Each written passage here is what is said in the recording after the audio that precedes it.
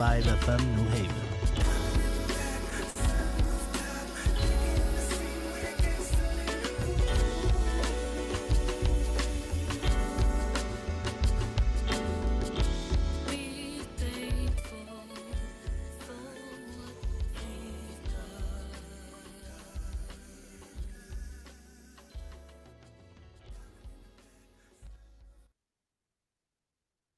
Go. Ho, ho, ho, ho. You know what? It's Friday. It's just sneaked up on us.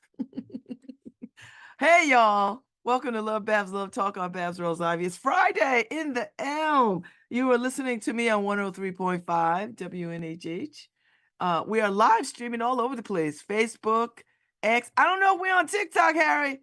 You might want to get us on TikTok, Harry, before, it goes away. Listen.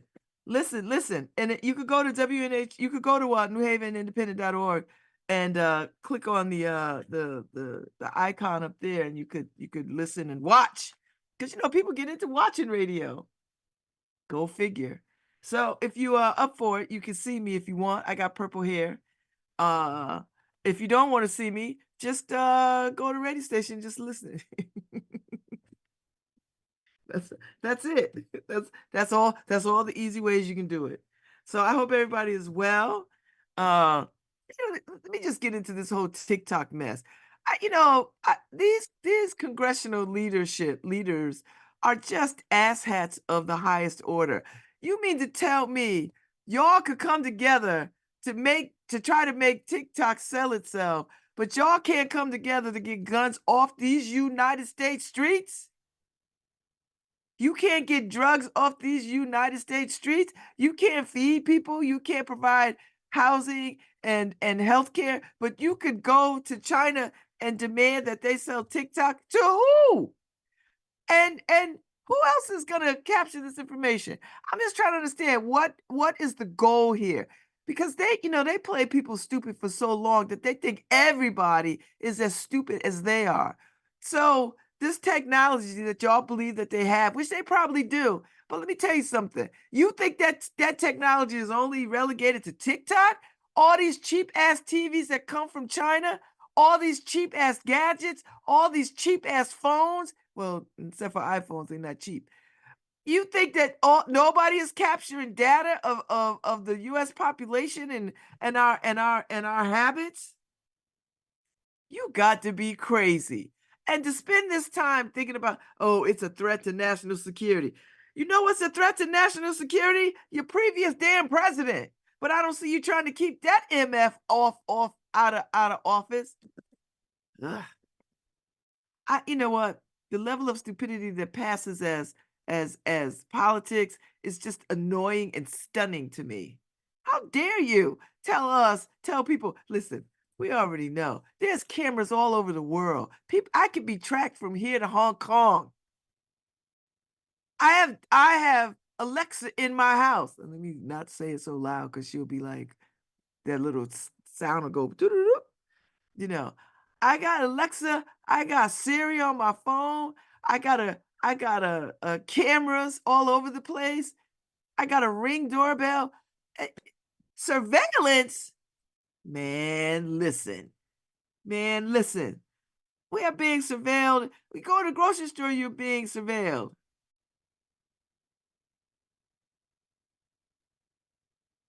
I just don't I don't understand it.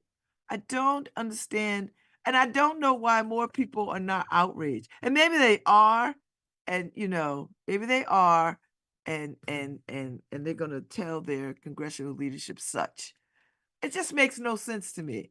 And these people who think they got some privacy, and there's people who don't have uh, a social media footprint, a digital footprint.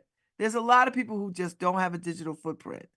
I have a huge digital footprint. You can find out everything you can. Listen, you can just type in all my names, the government name, all the names I've, you could just get a whole whatever. I'm not worried about that.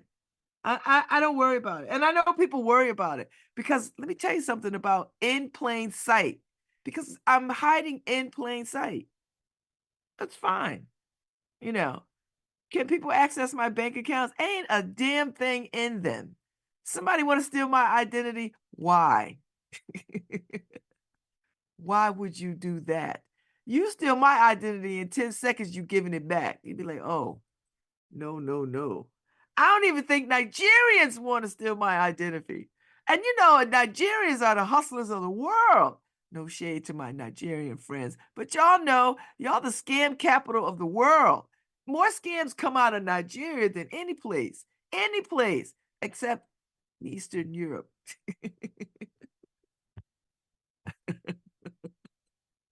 Think they neck and neck with Nigeria. Hustler, baby.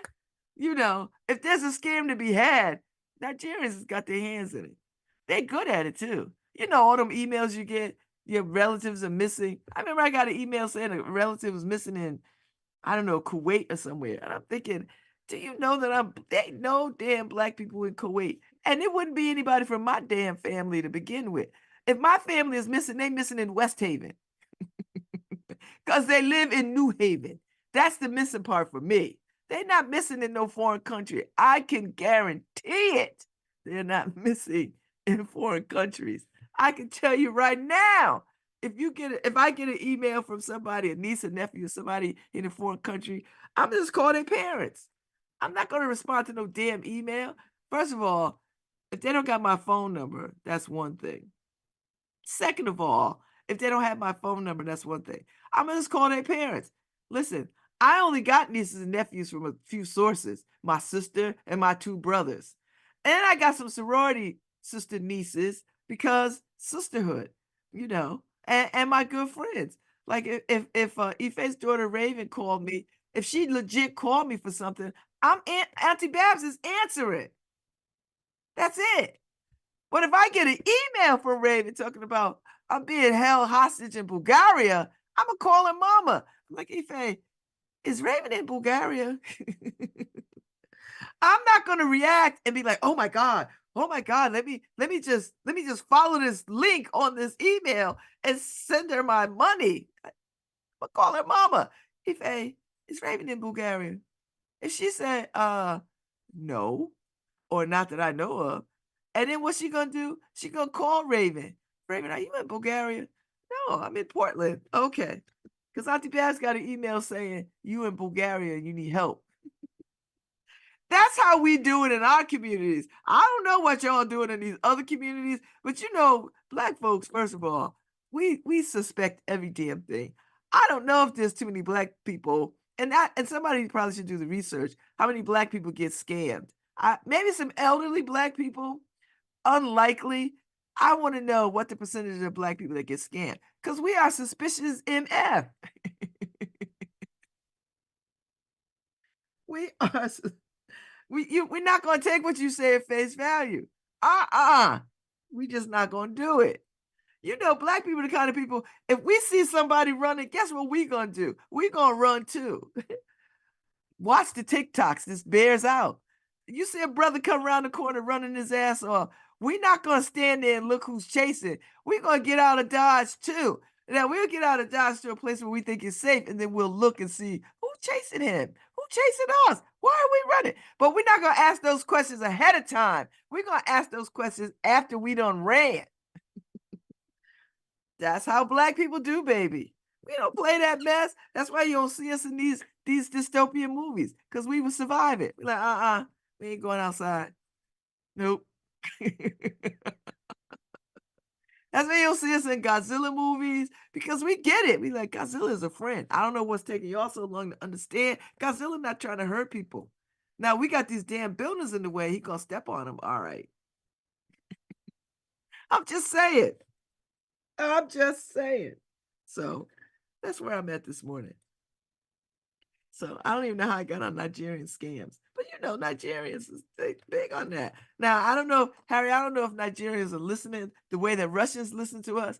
You know, because Harry told us the Russian Federation is listening. Let me tell y'all, Russian Federation, let me tell you how this is gonna go for you. And if the Russian people, it's more of you than the people who are leading you.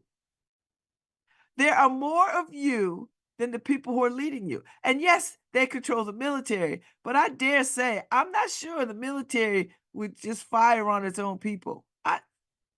It's a risk you gotta take. It's a tough risk. But I bet you if you put some grandmamas and some grandmamas and some aunties on the front lines, let's see if these military people will shoot them down. I'm just saying. I don't see it. I dare say I don't see it. Now they might, because Putin don't give a damn about nobody. I think he'd kill his own kids if it got him, what he needed. He's like Trump is like him in that way too. Trump is like, I would throw my own kids under the bus if it saved my ass from whatever. Watch. You don't gotta take my word for it. Watch. Just watch. Just take a look, see. I'm just saying. So so I appreciate the people at Russia that listen. But I'm gonna tell you one more time. Listen, there's more of you than the people that are supposedly leading you. Just keep that in mind and act accordingly.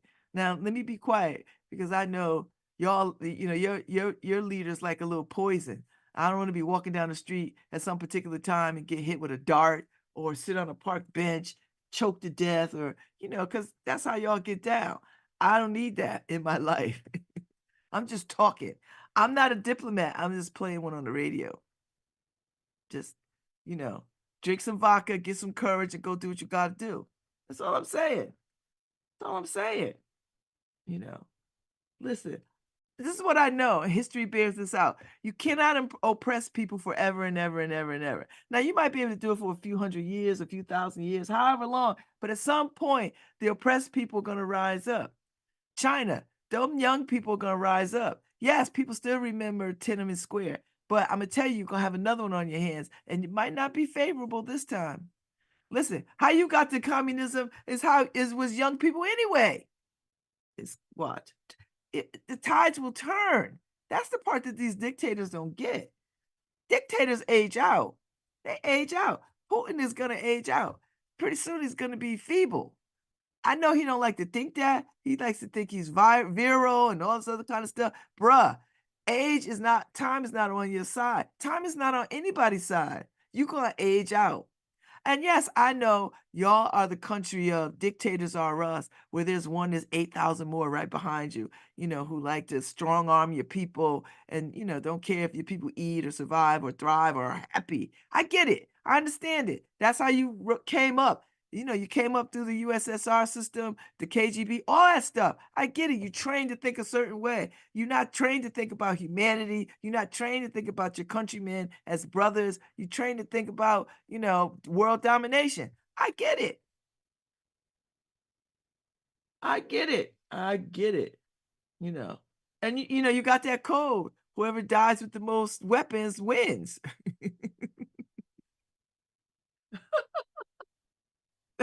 That seems to be the world order.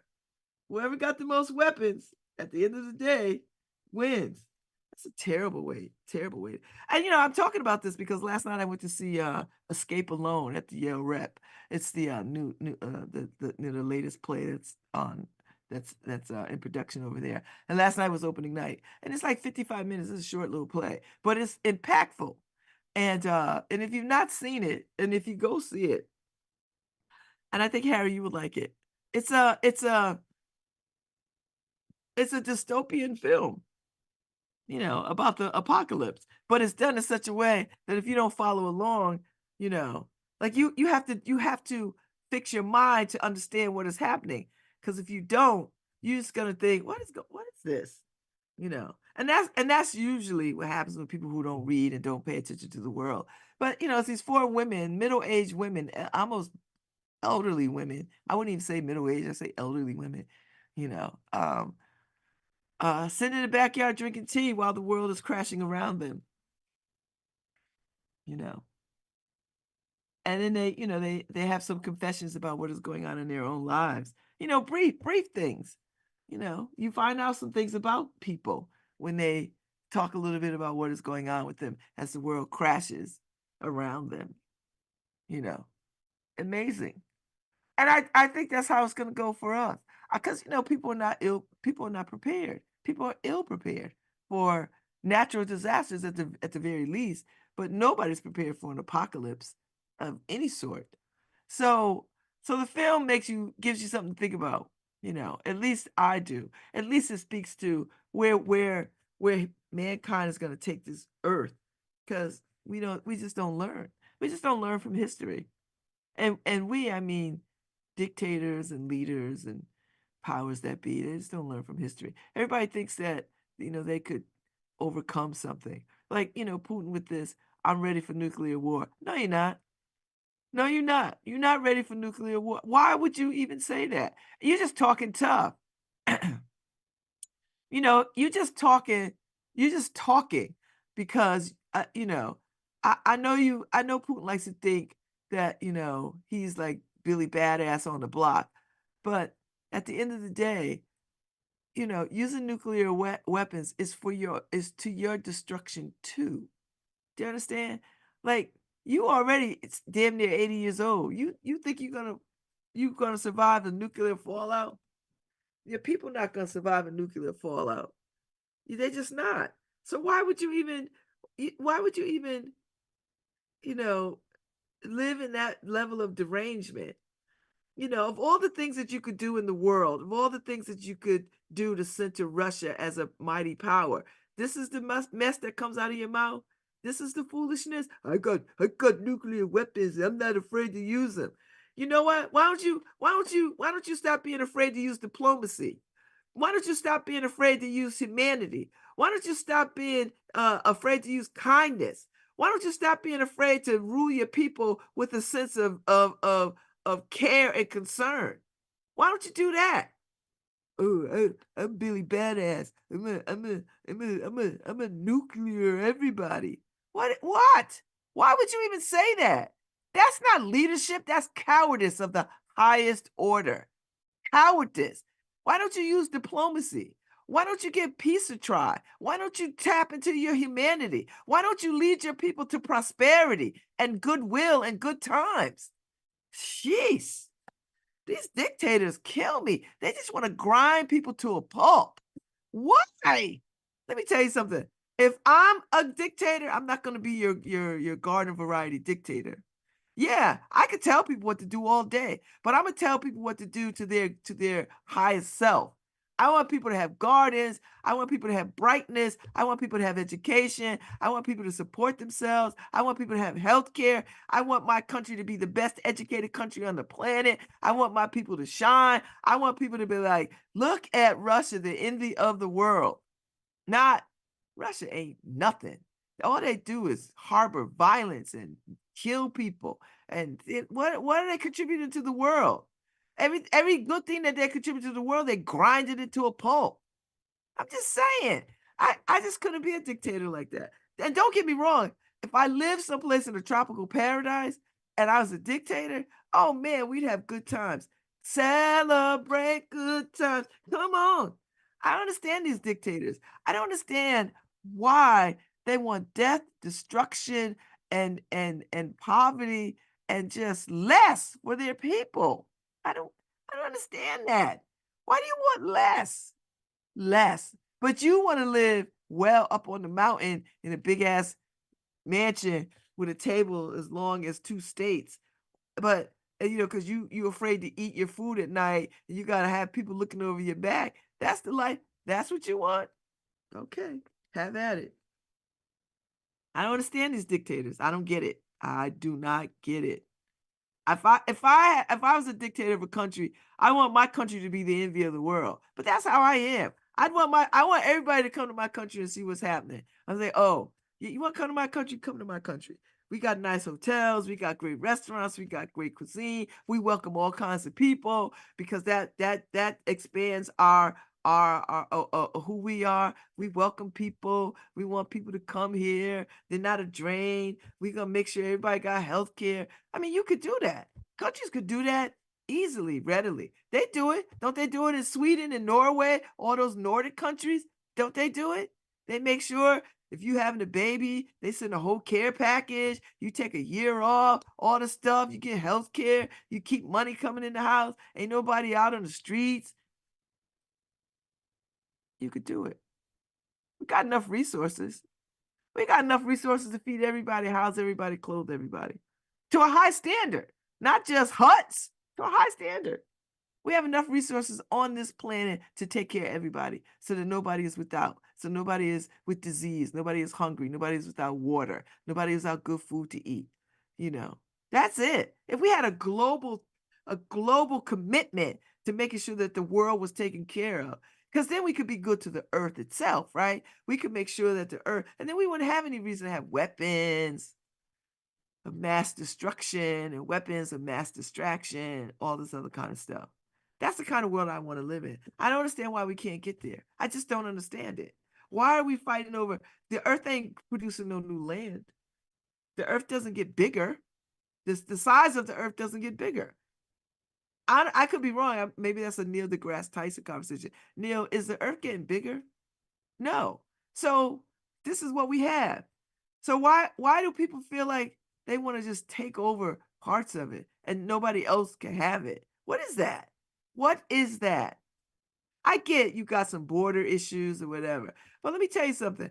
If Mexico could thrive and be supported in the way that they need to be supported and these cartels, because the reason why these cartels exist is because governments allow it, because it's lucrative for drugs to come into countries. I don't care what anybody says. It's lucrative to countries allowing these drugs to come in. That's it. There's no other explanation. I don't need a Ouija board to see that. These drug cartels exist because it's lucrative. And we play this game of like, oh, we fighting crime. All the while we taking in their goods and selling them on our streets. But if we supported Mexico, if the world said, we don't want drugs coming in nowhere like that, and everybody supported, and Mexico got to do their part, everybody got support, then we could do something. Mexico is a beautiful country, huge, vast, beautiful country, But if everybody could support them in, changing their mind about being a haven for drug cartels, and if we just stopped, made it impossible for drug cartels to sell their goods, but somebody benefits from this. That's why it continues. Somebody is benefiting in the back end, through the back doors, through back channels. I don't, and I'm not even in the drug game, and I know something about the drug game. Somebody benefits. That's why it's allowed to go on. We only have to look to things that we don't allow that get shut down. That's it. Look to the stuff that you can't do. Why? Because it's not profitable to do.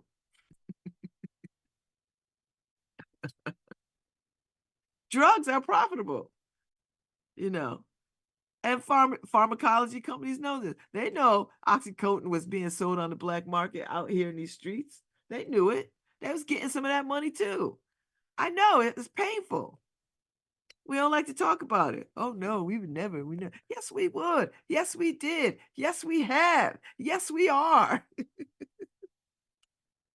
It's like guns. Oh, I don't know how these kids are getting guns. Yes, you do. Somebody is supplying them. Stop these ridiculous questions of feigned indignation. Oh, I didn't know where these kids are. Well, Winchester don't make guns no more. So they're not coming from in the city. Ain't nobody in the city making these guns. They got to be coming from somewhere. It's not enough to be like, I'm just going to be on the highway and check suspicious cars. That's not how you do that. And you know it. But it benefits somebody. It benefits somebody that guns come in. It benefits. I'm just saying. We have to think about things a little more truthfully and logically. Honestly. There's no listen. You can't tell me that all these guns that are coming in these communities are just accidentally coming in these communities and we just throw our hands up talking about, I don't know. You know what? Track these guns the same way you want to track people who are coming across the border who you think shouldn't be across the border. It's Friday. Friday. This is a week long. This is a week's worth of spewing.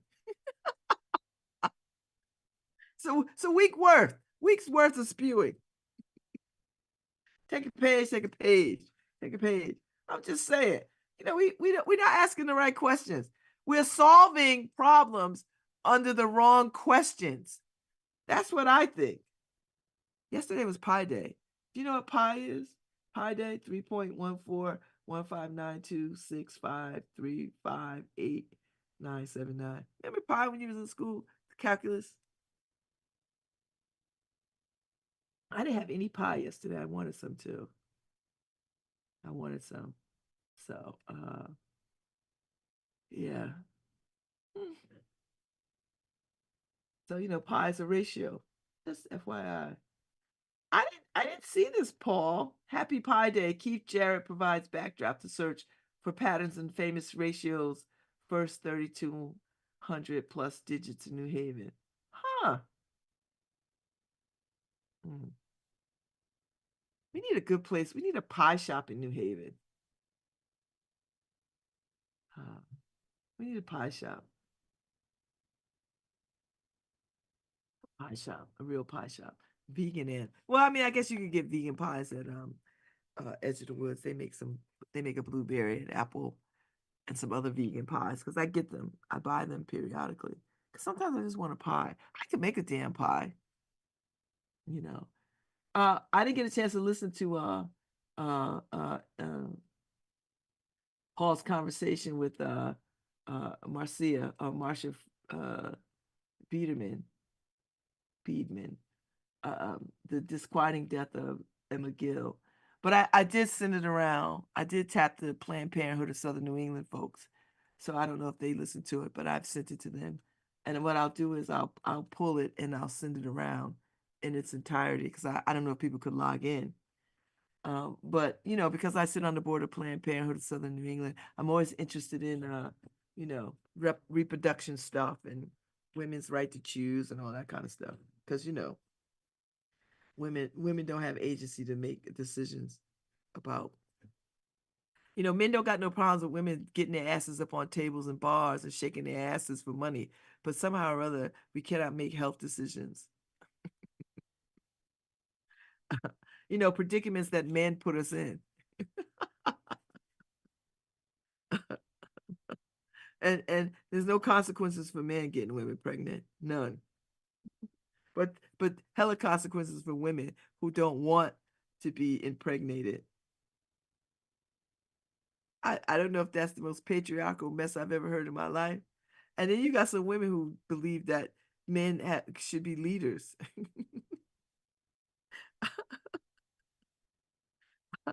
When I look at women like that, I'm like, baby, I'm so sorry for you. You think you can't lead? You really think that this man could lead you better than you could lead yourself? That you couldn't be called to be lead? Let me tell you something. And I had to say this. If it wasn't for, and people like to harken back to the Bible and all this other kind of stuff. And I'm so tired of religious fervor and using the Bible as a weapon because people love to use the Bible and the sacred text as weapons. Like they just arm themselves with these scriptures like they fighting a war. And honestly, church people are the worst. They are the absolute worst. Some of them, not all of y'all. Some of y'all though. So when I hear uh uh and there's a lot of this commentary online, I see it. Uh Men leading women and women being submissive and I don't know what to make of that. There, there's no relationship where I want anybody to be submissive to anybody. And I know people like, well, you don't understand submission. The very fact that the word submission, no, I cannot be led. I can be led, but I cannot be led. Do you understand what I'm saying? I can be led, but I cannot be led. And I'm not going to be led by somebody who's not as smart as me. I just not going to do it. And they'll be like, ooh, Babz, that's where you get a bad attitude. Blah, blah, blah. I do. I wish a man would say to me, I need you to be submissive to what? Are you kidding me? Yo, get out of my face with that foolishness. I'm the man. I need to lead. Lead what? You better lead your ass on out of here. That's what's gonna happen. I don't get it. I don't. I don't understand. I don't understand where we are in the world. And we're still trying to make women yield to men. Women are still trying to be pleasing to men.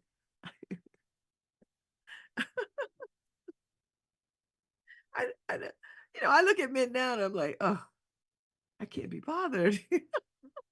I'm having way too much fun. I'm having way too much of a good time. I and here's the thing, we all gonna die alone. There's nobody, we were on the Titanic. Everybody has their own individual death. And I don't worry about somebody taking care of me. I'm not worried about that. That's the least of my worries. Listen, even if I wind up in a nursing home, whatever, I, I'm not gonna worry about it. If that's the end, that's the end.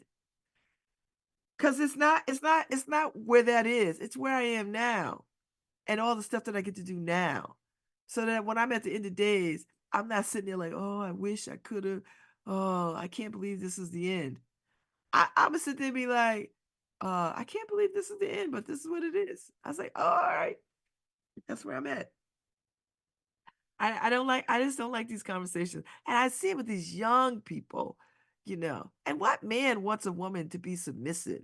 I'm the leader. Oh, I'm gonna lead my house. What does that even mean? What? Unless you are independently wealthy like Bill Gates and Elon Musk and Jeff Bezos rich, and I wouldn't be at the mercy of those people. Because, time after time, we've seen men with money just drop you. I don't They want something, they want a younger version of you, a tighter version. I Why? And then you spend all your time being what he needs, and you have no identity. You just there, like an accessory. I don't want that life. I don't want that. I don't want to.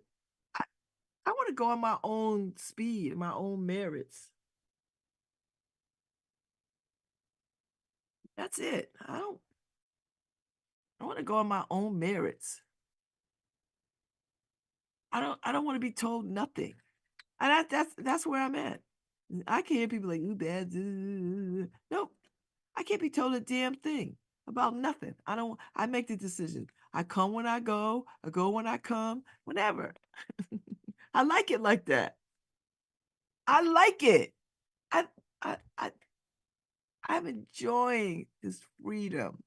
And it's hard to explain to people, because there are people out who, and I know people who are lonely and they think that the cure for their loneliness is somebody. That's not the cure. That's a lot to put on somebody to cure your loneliness. I'm lonely. I need somebody. Who's gonna come? If I'm a guy and I see some lonely woman whining about being lonely, I'm going in the other direction because she ain't got nothing on her mind. She ain't got nothing in her bag. I don't men are not attracted, well, predatory men are attracted to that. The ones that'll use you up. But men of their own good standing, they want exciting women who got exciting things to do, who don't got time for them.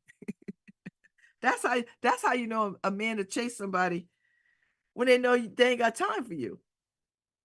When you ain't got time for them, so they chase you. That's what the chase is. I'ma chase her. I know she see me. Keep chasing. I might let you catch me. I might, or maybe not. I don't know. It just drives me nuts. I'm lonely. No, you're not. You're not lonely. You just haven't figured out who you are. Because once you step into who you are and you do all the things in your heart's desire, then you will attract what is necessary and what is right and what is good. But until you like flip-flopping and, oh, I just want somebody, I want to be in love, I want to hold hands, I want to walk in the park, you want all that superficial foolishness that has nothing to do with love. Not a damn thing. Superficial at best. And I see it all the time. I'm lonely. Then get out there in these dating apps and just run through all the fools that are out there who don't know what they want either. Everybody can't be clear about what they want, but they know they want. And so they keep trying on people, hoping that this one will yield what they want, but they've never really articulated what they want. Oh, I'm gonna just keep dating until somebody shows up. Somebody with what I think I might want that might seem, people are not clear. They're not clear. They're not clear about their goals. They're not clear where they want to go. They're not clear who they want to be with. And when you don't have clarity, you got chaos. And so you fail at these relationships because you're not clear. It's like, oh, let me try him on. And then 2 weeks later, 3 weeks later, 9 months later, 10 years later, oh, it's terrible. Okay. You know, try on yourself first. Get clear about who you are and be unyielding about what you need and what you require. And people like to say, oh, you have to compromise. I don't even know what that is. Compromise what? I get it. Compromise means they want steak and you want vegan food. Okay. So we go someplace where we know there's both. That's the damn compromise. A- Compromise beyond that is ridiculous. I'm not compromise, please. I don't want to compromise. That's why I'm single. I don't want. I saw this woman. I watch a lot of design shows. I watch a lot of design stuff on Instagram and those places. And I think it was House and Garden or Vogue Home or somebody. And so the woman, single woman. Oh, she wasn't single, but they came into the house and it's very girly, whatever you imagine girly to be, florally, pretty light colors, all the colors she liked, pretty soft fabrics, velvets, no black leather, none of that kind of stuff, no heavy wood, none of that. And so they said to her, it must be hard to date. And she's like, why? And they were like, because no man would want to come in here and feel comfortable. And she just started cracking up. She's like, what? And she was like, well, my husband likes it just fine. Like, that's just the most stupidest thing I've ever heard. I've seen it. I've seen it with these women. This is why I admire these women who's just like, I want florals in my bedroom. I'm not. And I guess if you have to, if you have a partner, you have to take into account what they want too, you know. But what is it about florals that make men nervous? Flowers are not going to make you gay. I mean, we might as well just get right to it. Pastel colors on the wall is not going to make you gay. And if you're worried about people coming over and thinking you might be gay, I don't even know what that means. It's the level of crazy. It's the level of crazy that we deal with. And when you stop to think about it, you're like, no, flowers don't make you gay. They just don't. Pink doesn't make you gay. It doesn't make you gay. And if you're worried about pink making you gay, I think you got to go talk to somebody. I think you got some unresolved issues. If you were just worried about the color pink, my brother Robert, when he was a young whippersnapper, and he still got. My brother Robert has some of the best fashion sense. He's kind of toned it down as he's gotten older. But for the better part of his life, my brother Robert had great fashion sense, and there was no color off limits to him. He he would wear pink, he would wear yellow, wear orange, he'd wear powder blue, he'd wear green, he'd wear all the colors. He didn't just stick to wearing black. On the contrary, he'd be hard pressed to find something black in his wardrobe. And my brother would be like, I know who I am. And he'd be like, this look good on me. My brother Robert wears clothes well, always has, always has. So he always was in colorful things, you know, not in a clown way, but in a very sort of GQ kind of way. And he would never have a problem. He's like, I like pink. I like this powder blue. I like this white. I like this, whatever this is. I like it. And he would just wear it and just be like, I'm not worried about what people I don't worry about that stuff. And he never did. It's like, I'm out here in my pink outfit, my pink short set. I'm cool. Cute. So I don't worry about that kind of stuff. You know. My son Gregory is the same way. There's no color he won't wear. When he was a kid, I would just buy he's like, "Mom, I'll just wear whatever." I could buy him colors. He liked them. I always buy him color shirts and because I knew he'd be the one that would wear them. My other son, not so much. My other son was always just weird, like stuff, don't want Gregory, easy to shop for. I saw a pretty shirt or a nice shirt, he would just wear it. Like, no, I wear it, I like it. Okay. He was easy like that. Easy, easy peasy. Still, he's like that. He could wear funny, funky socks. He could wear a funky shirt. He's like, I'm out here. I'm doing it. You know. Yeah. You cannot lead me. I cannot be led. No, it's not that I cannot be led. I just won't be. That's it.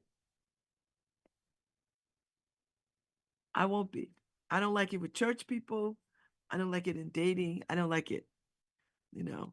I'm just annoyed with church these days. I'm annoyed with religious people.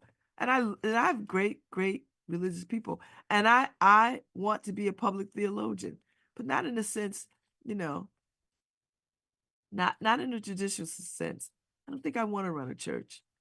Or maybe I don't want to run a church the way I know church to be. That's maybe let me say that. Because I think church could be so much more.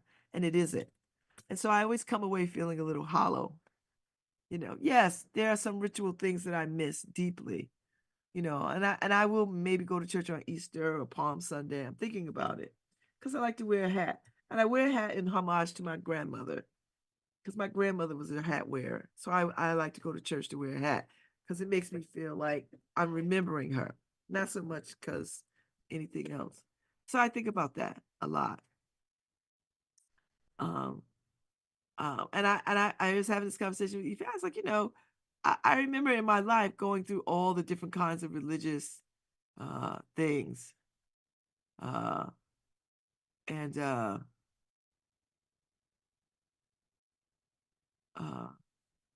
I remember all the kinds of religious foolishness that I stepped into, tried on, was a part of. And I think it was all a part of my development. Because I think I am a very religious person. I believe in the power of God. I love the idea and the story of Christ. I love all that stuff. Love it. I love ritual. I love, uh, uh, how we are called to be better humans. I love it. What I don't like is just the foolishness that passes as religious expression. I don't have the patience for it. And I really don't want to hear men preaching to me, to be honest. I just don't want to hear men preaching. And I don't want to hear women preaching in a patriarchal way. There's that, you know. So, and you say to people, I'm just tired of church. They get all weird and freaked out and crazy, like a lightning bolt is gonna strike. It's not, it's not, you know. And I just don't want to go to church just to say that I go to church. It doesn't make me holier. It doesn't. I want my works to show that I'm better. That I'm good, decent, and kind. Where I put my attention and my energies, where I do my service in community, where I do the work of Christ, and how I am in the world. That's more profound to me than sitting in somebody's church and listening to somebody Bible beat me to death about whatever. Mm-mm. I guess because I'm older now and I've already been through all of that, you know. And now I'm just and don't get me wrong, I love a good preaching. Like I love to listen to Reverend Barber. I could listen to him all day. He is quite mesmerizing, you know. And I like the work that he does. To the repairs of the breach. I love it. I can listen to him. And there's a couple of other women that I can listen to too. You know, a bunch of women that I can listen to. You know, who are not preaching from a patriarchal lens or a patriarchal pulpit. You know, um, so that's my my love affair, my love hate relationship with church and church people. You know, and I get it. It's so much a part of our culture, particularly in the global majority. And global majority, I mean black, so much in our culture, church, all kinds of churches, you know, whether you go to the Caribbean focused church or Methodist church or Baptist or Pentecostal or AME or you know, there's all kinds of churches out there that we have made our own and has sustained us from a mighty long way. I get it. You know. And I do like to pop into a church periodically because it is that level of connection to culture and fellowship that you need from time to time. I don't need it every Sunday, but I do like to step in every now and again, you know, and say hi to people and hear a mighty word. And if you got a choir, boy, you won me, you know. But I think uh, mm, mm, people don't expand their minds beyond their own religious activities. Some do, not enough, because they think, I don't know. I just want a more open mind about what God has designed, the Christ, and all the other religious expressions, and how they all fit together. They all tell pretty much the same story. They all tell the same story. You know, people's relationship to God. That's really at the heart of every story. People's relationship to God and the lessons thereof. That's what it is. The lessons of the people of God from the people of God. You know, and now however way you label and divide up people, at the end of the day, all religious is people's relationship to God, a God, the God, all gods. It is people's relationship and what they are called to do and the lessons learned in that calling. Yes. And that's it. And churches people need to hold on to them, and they should. I'm not in that number anymore, but I do like knowing that there are churches in the world, places of worship, you know, where people can go and get their cup filled if that's what they need, you know. And every now and again, I step into a church because I miss it, you know. And sometimes you miss things you must revisit periodically, and I do. So Easter, Palm Sunday and Easter are my favorite holidays for church. And I know people there, church people, they're like, oh, these sometime Christians, they only come on Easter and whatever. Yeah, but isn't that an amazing time to go? I think I think that's the best time to go, to dress up and to be presentable to God. Because that's really what you're doing. You're dressing up to be presentable to God. Isn't that a beautiful thing? Don't we just, if you show up no other time, that would be the good time. He has risen. Alleluia. Yep. He has risen. Alleluia. He has risen. Hallelujah. And that's, I mean, if church folks could change their mind about being snotty about people coming just on Easter, then you might have a better church. Because I'm telling you, that's the good news right there.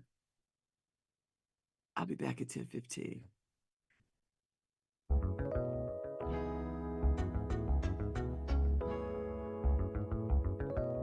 Hi, this is Babz Rawls-Ivy from New Haven, Connecticut, and you're listening to WNHHLP 103.5 FM, streaming live at newhavenindependent.org. Hey y'all, this is Babz Rawls-Ivy from 103.5 WNHH, LoveBabz, LoveTalk. Hill House High School class of 74, we're looking for you. It's time for your 50th class reunion, and it's being planned for the summer of 2024. For more information and to receive updates, contact hillhouseclass74@gmail.com or call Alice Conyers at 412-522-5158 or Wayne Stuckey, 475-227-9755. 50th class reunion, Hill House, class of 1974. Don't miss it.